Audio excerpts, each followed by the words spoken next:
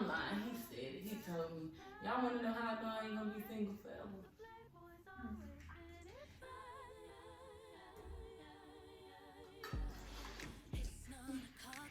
Cause I like to have sex.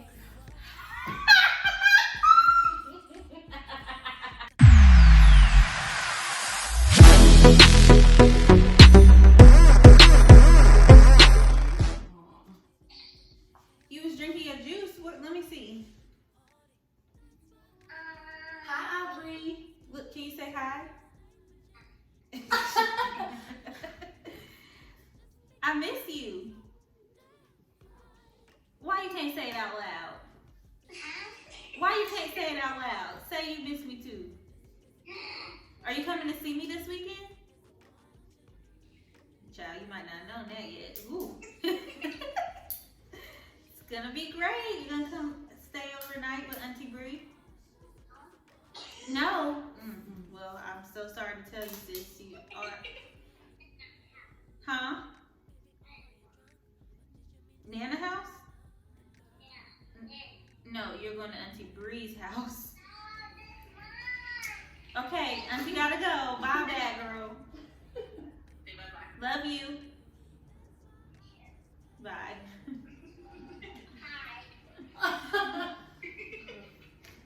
Okay. Sorry. Welcome to Step Into My Office with Destiny Nicole. That's what it's called? Yeah. I didn't know that's what Today we have a special guest, my dearest sister, Miss Bre. Hi. I should say hi like Aubrey. How she said it? Hi. That's exactly how she said it. Somebody coming. Anyways, so what's been going on? Let's start off with that. Not too much. You know, just Tell them how famous you are. I'm actually not famous at all yet.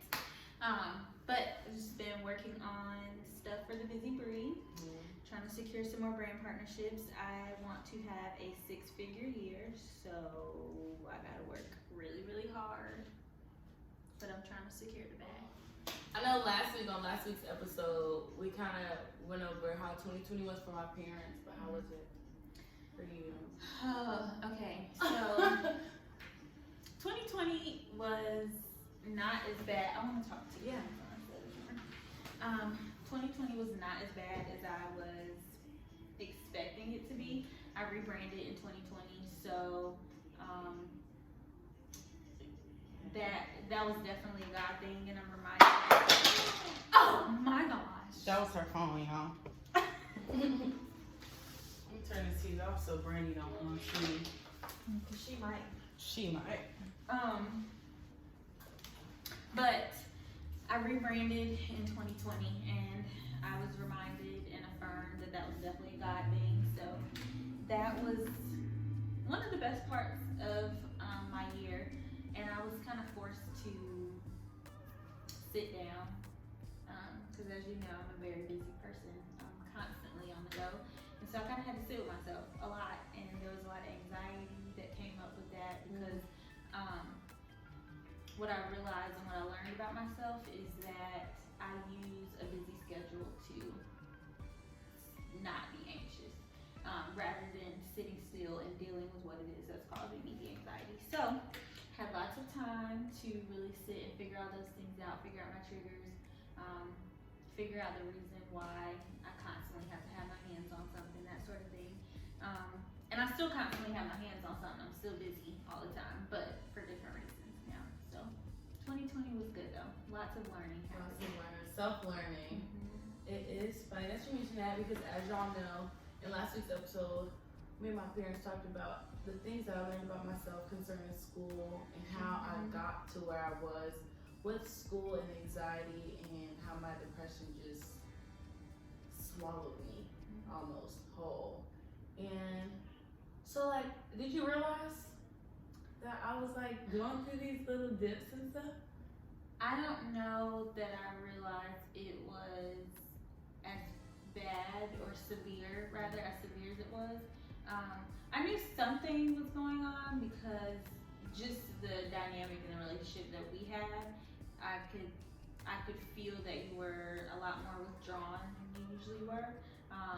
And I hate that I didn't like say anything or bring it up, but especially because you are also a busy person, so you always had a lot going on. So I was like, okay, maybe this is just one of those times. And then when you finally told me, I was like, oh, that's why. And I definitely use that as an excuse. I think like I'm busy. Like nothing's wrong. I'm just really busy. Yeah. That's one of the things that I do, and I'm learning that I do, even with talking with my parents. That I know that I close myself off, but I just didn't know how that looked like for friends and family, like how close off I get and distant. And I just think I'm a special kind of person because I'm a special kind of person. I love me, but not that part. I mean, I love that part too. But it's just new. It's learning different things about me. And I think we all do that, and well, not all of us, but especially those who are helpers or those who are who give themselves so much. The strong friends. I think what ends up happening is we're going through it, but we're like, okay, but other people are also going through it, and so I gotta be there for them.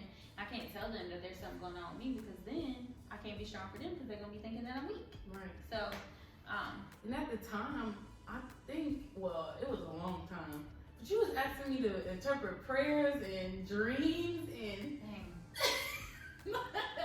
like I'm like, wait, so that was a long time. It was a long. I was in a dip for a long time because I haven't asked you to interpret a dream in months.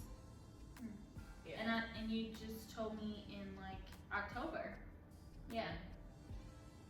A long time. So I guess to answer your question, no, I didn't realize. It's a long time. We were going out, having a blast. I told my parents that when one of the things that I really want to do, but I'm learning and accepting that I can't do is I can't be like everybody else, no matter how bad I want to. Like I said on last week's episode, I want to sin in public, like without like everybody else gets to. So Lord, let me just hold up, and I did. I told him hold up. In 2020, sure did. She definitely did. Sure did. It would be times where I was like, I don't really and want I to could do tell. that. I could tell. And I was like, let's do it. I was a bad friend. Ooh, I was riding that wave, boy. I was being y'all need a little angel, a little devil. I was the devil. All 20, like not all 2020. The for parts 4 of months, 2020, maybe. the parts of 2020 where we could go out. I was living my best life. And we see how that ended. So here. So not too bad. It ended here. So he's a keeper. What would you say your greatest lesson from 2020? my greatest lesson from 2020. These are great questions. My greatest lesson from 2020 is that it is okay for me to be still and to be God-led. So I'm perfectly, I know that like the power that's in being God-led, right? Like I can be God-led and I'm like, but I can still be busy. I can still do what I want to do. So I think the lesson was in, no. Being God-led means not always being on the go. Being God-led means Submissive. honoring rest. And yes, and submitting to his will. There were times where it was just like, well, God, this is another opportunity. I'm going to just jot it in my agenda or my planner and I'm going to assume that that's something that you want from me. Rather than, sitting with the opportunity for a little bit and being like, well, God, is this something that you want me to do? And figuring that out. So, sit still and be God-led is the biggest lesson that I have. Biggest lesson? No, hardest lesson.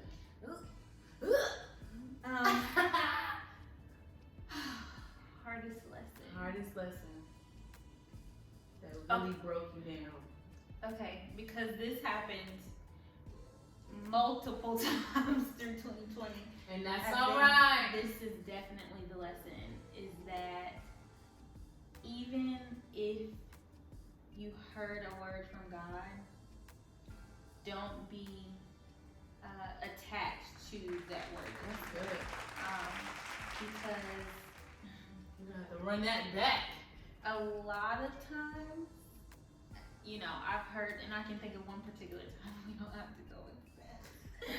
A lot of times, I hear something from God, and I know I trust the God in me, so I know that it's Him. But I'm like, okay, well, if He said it, then it must be about to happen tomorrow. So I need to go ahead and prepare myself and prepare whoever else is involved. And then it doesn't happen, and I'm crushed. And it's like, God is basically like, well, I didn't tell you that. You told yourself that. I just told you that this thing will come to pass. I didn't tell you when, and I'm not going to tell you when just because you're having a fit. Okay, so there's a lesson within the lesson. Yeah. God is not moved by my tears. Yeah. God is not moved by my frustration. Jesus wept. Okay, God is not moved by my desire to want to speed things along. His word is what it is. His promises are yes and amen, and He gonna do what He want to do when He want to do it. So that was definitely a hard lesson. It is a hard lesson. And I think that goes through like a lot of things. Even with me, sometimes though, I think I have the opposite thing. Especially in the season that I was in, where I was just taking in so many opinions. Oh yeah. It made my voice and God's voice like kind of like me second guess me and His conversations, because then I'm letting too many people hear our conversations and telling them about it, and so now I have too many opinions, and then when I do move on God's word, it's like, girl, you sure He said that? Right. And then I'm like, Anna? Shoot. I do remember that particular season of your life where you were like so burdened by everybody else's word, and like you would come to me and ask, and I'm like, sis, I don't know, which I wish more people would do. If somebody comes to you and they're like, especially someone who, like, I know the God in you, like I know the gift. Yeah, that's good. And so like if someone's coming to you and they're like, well, this person said this and this person said that and this person said that, and you're, instead of saying, well, what did God say, you're like, well, let me add on something else. And I was just kind of like, girl, I don't know, but I don't know that that's it. She was. I was getting so mad, but it was good for me, because then I had to, go back to God and talk to Him about it and be like, all right, yeah, you're right. And then I finally came to a point where I'm like, okay, I get it now, God. Although you did place these people in my life for, certain reasons, not specifically for this one, for this time. So that was, It was some times where sis was calling me in the middle of the night, and I'd be like, but I'm asleep. One thing about me, I'm gonna call. But I'm sleeping. And then I'm gonna call. I would end up having to go in my prayer closet and talk on the phone with her. I'm gonna call. But I was asleep. I'm gonna call, and she gonna pray. Get you some praying friends. Lord. So from your hardest moments, how did you learn to like bounce back? Like how was the bounce back? I'm gonna have to give the first thought that came to my mind, and then maybe we can circle back. I am honestly, and you're welcome to correct me if you don't think that this is true, but I am honestly just not a person that dwells in hard moments for a very long time. Like, I'm not really good at holding grudges. I'm not really good at staying mad. Like, I can be upset. This is not to say that I don't get mad. Like, I'm a brat, high key. So I can definitely get upset. But it's like, I don't give myself the opportunity to stay there. So honestly, I'm not even really sure how to answer that question. I know. That is something about you. You're the definition of forgive and forget. And it frustrates me. That's one thing. It be frustrating me. I'm like, girl, But it is kind of strange though, because that whole forgive and forget thing is,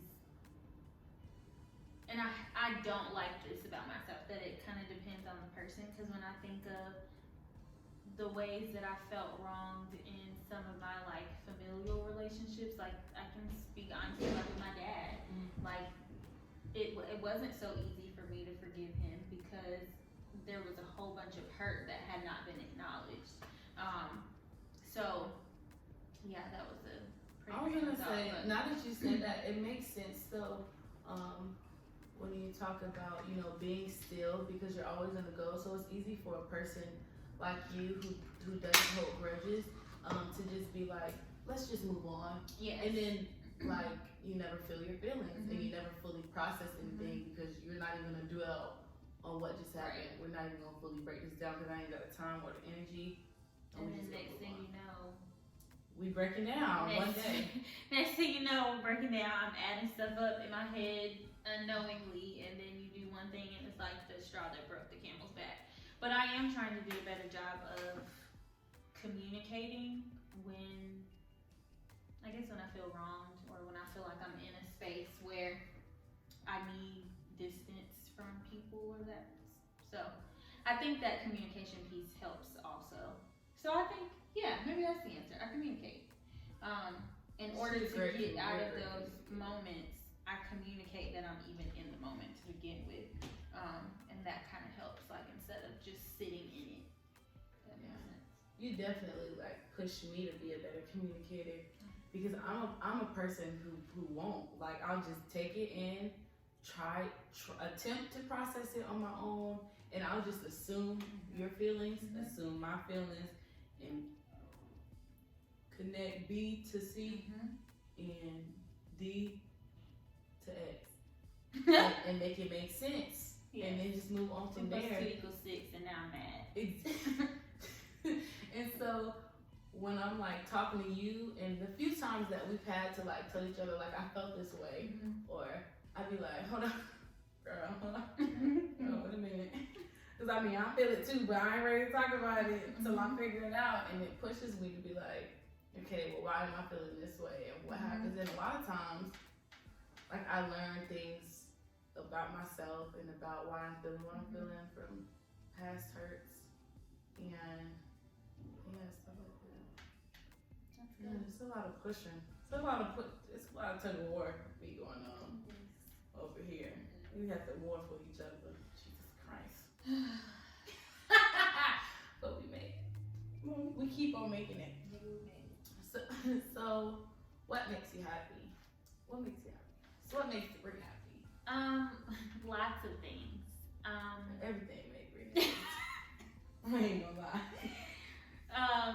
The fact that we're recording right now makes her happy. The fact that she's in my home makes her happy. The fact that she drove here, it makes her happy. Okay, now he's wilding because I hate driving, so. She drove here for me and made her happy to come here for me. Okay, anyways, it's my question or yours. So, things that make me happy. Doing relationship. I like genuinely love doing relationship and doing relationship well. Bar taco makes me happy. Bar taco, y'all. I probably should have included bar taco in my fast, but I didn't, so Lord, don't try to add that. Creating makes me happy, and creating things that I actually love. And I'm also learning to just create, even if I don't end up liking it or publishing it, like maybe. But cooking for others makes me happy. She can cook. A clean space makes me happy. The sun, oh my God, the sun makes me really happy. Part of my daily routine is, even when it's cloudy, is getting up and opening my blinds to let the light in. Light makes me happy. I like being where the light is. What about grass? Girl, shut up. I'm sure there's other things, but. So when you say intentional relations, like what do you mean by that? So these sorts of relationships where we see and acknowledge the value in one another, and we allow our relationship to be driven by that value, if that makes sense. Intentional relationships with this idea that we're going to communicate and we're going to address things that need to be addressed, and then we are going to respond accordingly. If that means that we need to take more space from each other for a second, if that means we need to hug it out. Hugs make me happy too.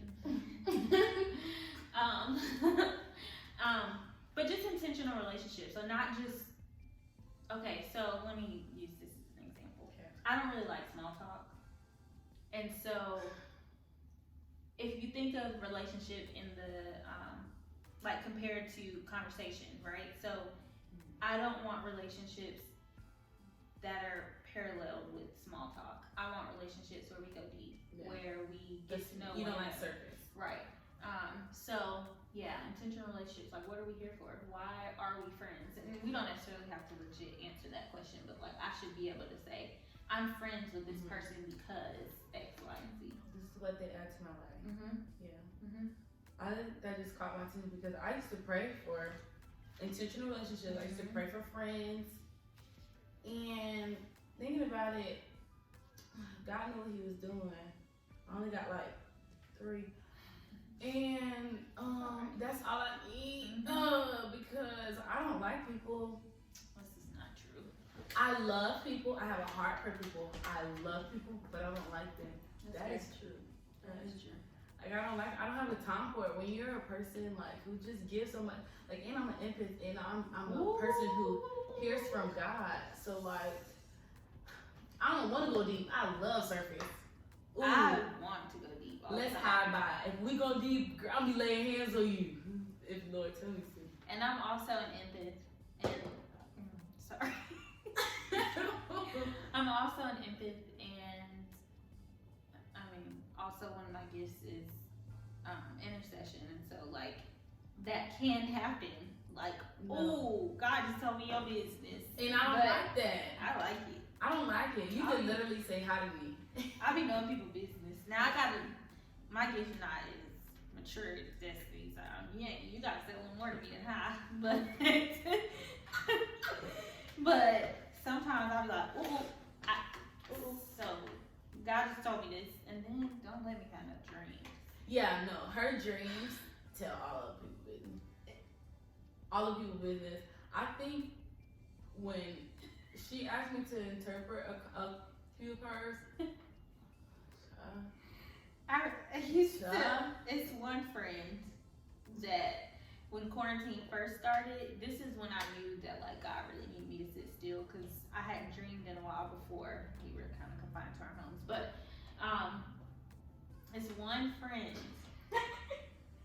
who like, when I tell you, was popping up in my dream every freaking night, and I'd be like, okay, so I had another dream, and they'd be like, yo, can you wait till like 3 o'clock? I'm like, fine, I'll just write it down and then I'll copy and paste it later. But yeah. How do you, I mean, like, I know all of your relationships are intentional and everybody knows about, or mostly all of your friends know about your gifts and things. How do you like balance that? Like, because sometimes your gifts can be so heavy to other people who aren't there. So how do you like balance not being as bearing? That is a really great question.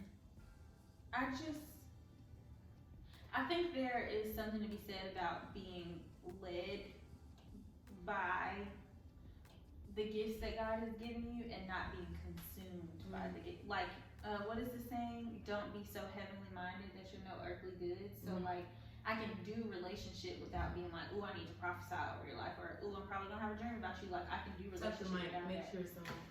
Not you tapping. Oh shoot! I was just saying. Oh my God! I hate it here. I thought you really needed to Y'all still gotta tap that mic. I was. I'm so. Yes, sir.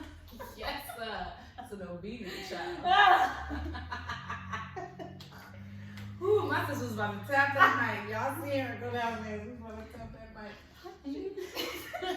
But I think that's good. Especially nowadays, everybody's so gifted and everybody they swear the Lord gave them that. I'm trying to tell them, but He told me not to.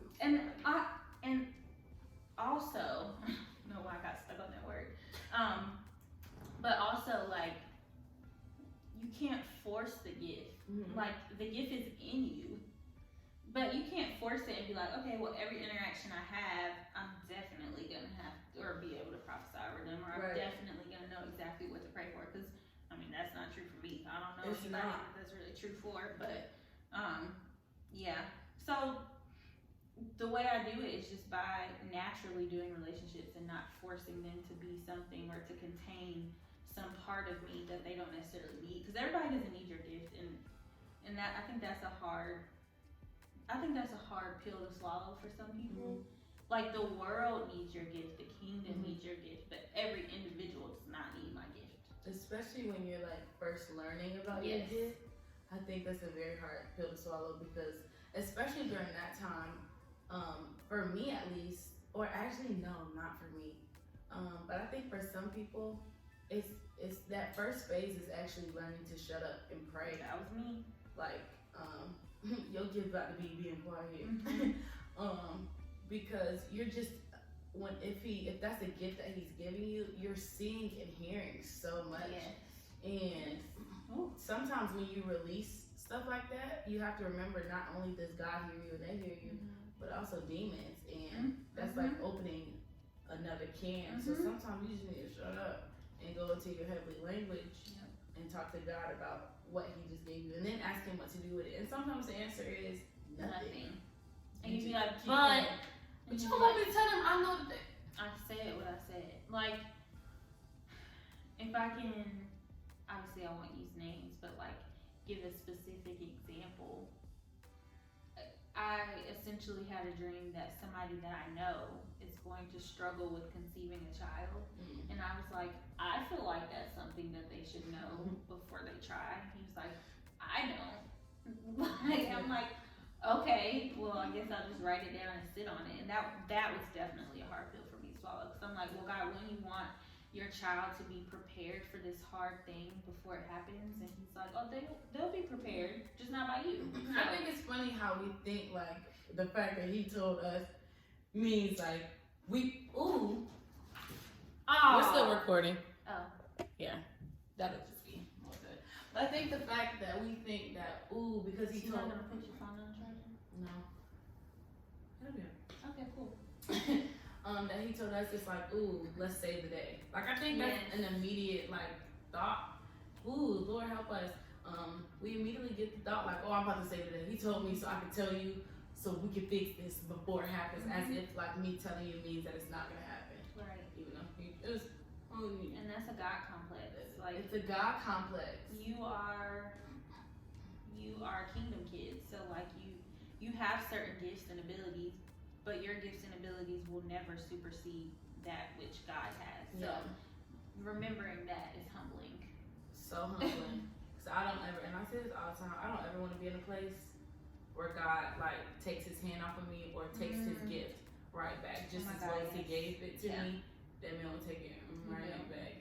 Oh, you don't know how to handle what I gave you? Don't worry about it. Give it back. I'm gonna take that. Go ahead and slide that back. You just wilding out with it. So now I'm just, you know what? My other daughter, she'll handle this more. She'll listen to me. And so I talked with my parents about like me, like kind of taking a break. Not a break. I would talk to him like, what's up? But going to the throne, and I'm an intercessor, so you guys can imagine like what that does for me in my daily life, in my flesh. My flesh was enjoying it, but my spirit man was hurt. It's like, what is you doing, girl? Can we pray? You ain't wake up.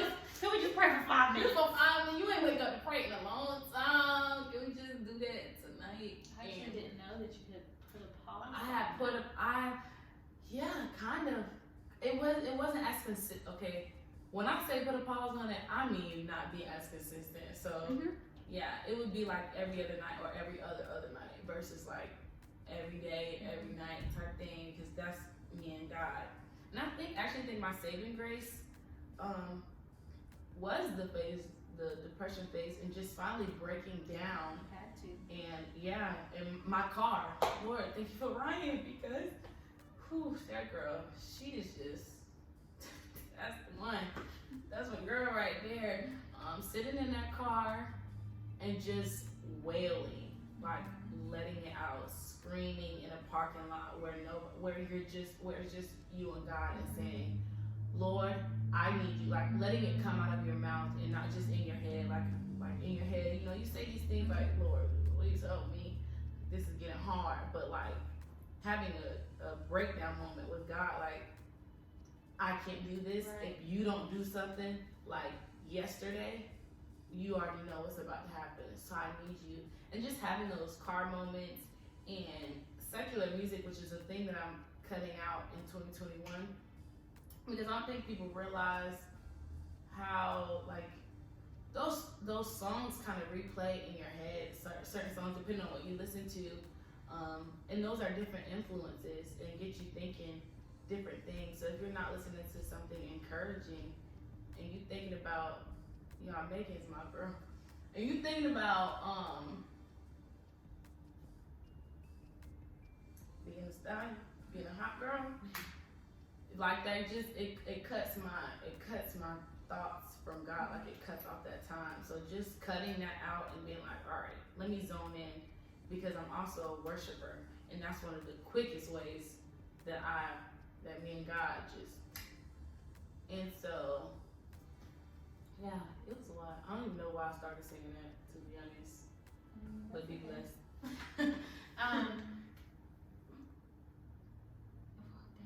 Oh, I think I was about to ask. So, are you cutting it out totally, or? no. So I like Samo because he makes healing music. I wouldn't call him a secular artist, but my parents would. So, but for my fasting, I'm just gonna be more mindful of what I listen to. Definitely in this month, I'm cutting secular music out because I just want to be zoned in, especially coming from a year and a season that I just came out of. Yes. Y'all be wanting to cut little things out, and that don't be working. Like, just look back, see how well that worked for you last time, and I said that ain't work for me. We're gonna have to cut it out. Like, we're gonna just cut it all out and restart, so that my spirit man can get stronger and get back to where we was, stronger than where I was, and so that my flesh is just weak. I have no say over me. Period, Carisha. Yep. Yes, I love it. What are some other? Oh, to essentially to do relationship even better than I have been, and to see others with the lens of grace and healing, because I have done the work to heal myself and to extend grace to myself. So I wanted to come more naturally and a little easier to extend that grace and see people as people who are in need of healing. Yeah. Because a lot of us are walking around with cracked glasses, and this is like not literally speaking, but are walking around with cracked glasses, and you're looking at others from your own unhealed lenses. My God, why do we do that? Because it's easy. It's easy to put our burdens and our traumas on other people. It's much easier to do that than to actually deal with those things. So, if my lenses are cracked, I'm just gonna be like, well, instead of getting them fixed, I'm gonna just look at you out of the glasses that I got, 'cause that's all I got.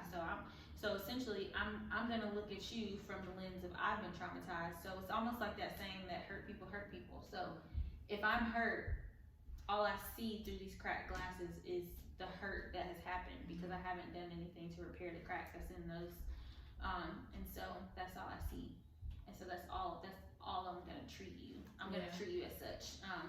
So I am committed to doing the work to repair my glasses when necessary, so that my vision for the people that I love is clear. And that's also gonna help with. That's one of the biggest ones that I kind of like. That God was like, I need you to do a better job of this. Because people are really going through things. Yeah. And I think we know that from the questions that we've talked about today. But like, and not everybody is in the same place of wholeness that I am. I'm not even whole, but like there's like a season of wholeness that I'm in that a lot of people Everybody's are not. 2020 isn't over. Right. And so a lot of people have a lot of broken pieces that they're still picking up and trying to put together, and it's not fair for me to be like, well, I'm healed, aren't you? But it is fair for me to hold people accountable. I'm healed, so you need to do the work to also be healed. And being okay if people are like, well, I don't want to heal, and being okay with saying, unfortunately, I'm gonna have to get some space from you so that you see the necessity in your healing. That was good what you said about, seeing people through your own broken glass. And I think another thing we do through our broken lenses are like we pull them down a little bit and then be like, ooh, I don't have that in my glasses. So my glass is a little bit better than theirs because I ain't got that. My restriction is +1 in that area. Right. Yeah. And so that's another thing I think we do. And then I'm also learning that God gave me, like, He gave it to me a long time ago, but just like carrying it. Like I'm gonna wear grace. The grace that I wish, like, if all of my skeletons were out, that someone gave me, even though I ain't been exposed yet, but it was her leaning down. It was her leaning down too. But if a lot of things happen. And being who I am, I don't know why he be telling me people business, but he does. And so treating them with the grace that I would want. And the love. I'm hard. I think I'm hard. Not even the grace that we want, the grace that we require. Because we don't deserve it. We don't. But there's a certain level of grace that we as humans, sinful humans, there's a certain level of grace that we require. Yeah. And if we didn't have it, Jesus. whoo, boy, would I be? What? Oh, that's the first time one of us has broken out into song this whole podcast. That's wild. Is it? No, it's not. That is the first time. No, but it's not wild. Yes, it is. Life is a musical. I'm always. Do you always? I feel like it's the first time. She don't ever break out in song. Yes, I do. She don't know me like she thinks. She don't ever break out in song with us. Because we be too deep. Her mind be already in the well. Not already in the well. It does. It already be in the well. Anyway, yeah. Giving people more grace There's and a love. pulpit. It's the pulpit in here. Get what you need. But yeah, trying to give people more love. More love in 2021. Yes. No, more grace. More love, more grace. Lots of love. I don't think I give enough. Don't you think I'm hard? You don't think I'm hard? You're not hard with me, so. Okay, I gotta ask that to Renee or somebody. Because I don't be cutting. I don't be playing the radio. Like, what? Nah. And I said no. And I said no again. She's not like that with me. What am I like with you? I say no better. You're a lot more gentle with me. I don't even necessarily mean like. No, I am. In me saying, well, do you think I should do this? Like, not that sort of thing. Just in who you are. Like, you're a lot softer when you're around me in comparison to when you're around other people. I don't know what she did. I mean, y'all, I told her this. She put a spell on me. Oh my God. She actually didn't tell me that, and I did not. Yes, the text message. I get to get my Christmas gifts today. You did. She did say that. She put a spell on me. It was like 2 o'clock in the morning. No, it was like 1:30. But I was asleep. But I woke up the next morning and was weak because she was like, so I saw this thing on Instagram and I was like, oh, I'm gonna buy that. And then I was like, oh, Bre would really like that. I don't know what's happening. Like, I would spend all my money on you if I could. And I think you put a spell. I was like, girl, what? It's not me, but it's me. Like, it's me if I have people in my life. And so now I do. It's weird. But she's the main one. Like, it's weird. I deserve to have a bag blown on me.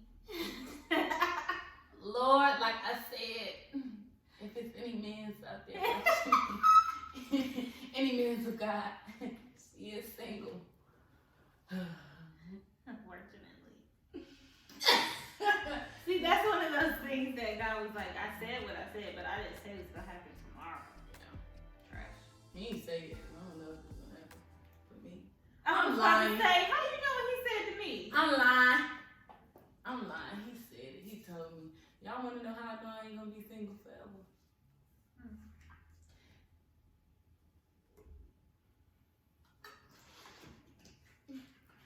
Cause I like to have sex.